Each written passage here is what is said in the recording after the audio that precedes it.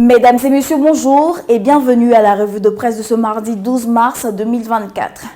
L'actualité ivoirienne est dominée par la rencontre entre le président de la République Alassane Ouattara et le président du PDCI RDA, Tidiane Thiam. Fraternité Matin, le journal pro-gouvernemental révèle ce que Ouattara dit du PDCI au terme de l'entretien et enchaîne pour dire que les obsèques de l'ancien président Konan Bédié en accord avec sa famille biologique sont fixées du 20 mai au 2 juin 2024. Le Jour Plus, embrayant sur cette information, reprend à son compte la date et insiste que sur plusieurs autres points, Ouattara et Thiam se sont accordés hier. Relativement à tous les points de discussion, le confrère indique ce que le chef de l'État promet au PDCI et à la famille du défunt.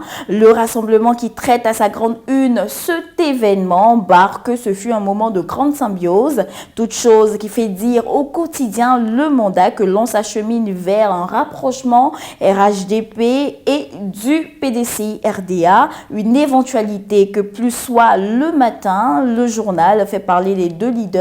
Le président Ouattara affirme que le PDCI est un parti auquel il est attaché et Thiam affirme qu'il est venu solliciter conseil et avis du président Alassane Ouattara.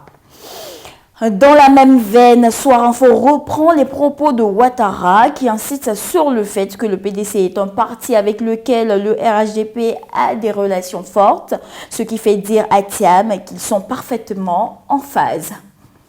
La candidature annoncée de Laurent Gbagbo à l'élection présidentielle de 2025 continue d'alimenter les colonnes de certains tabloïds. Si pour Le Temps, qui prédit un destin de l'actuel président brésilien Lula à Gbagbo, à savoir quitter la prison pour la présidence, le quotidien L'Expression estime de son côté que Gbagbo et le PPACI rêvent d'ébout. Le Patriote ouvre avec ses admirations à l'endroit du président de la République qui, devant tant de succès sportif, de découverte de gisements pétroliers et gaziers, est présenté comme l'homme providentiel. Ainsi le journal titre « Ouattara est là, le bonheur aussi ».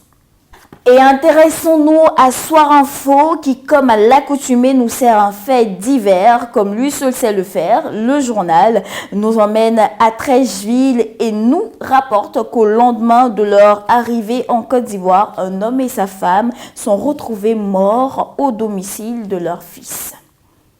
Et terminons à l'international avec l'Inter qui nous informe qu'en Italie, les conditions de détention des migrants suscitent l'indignation.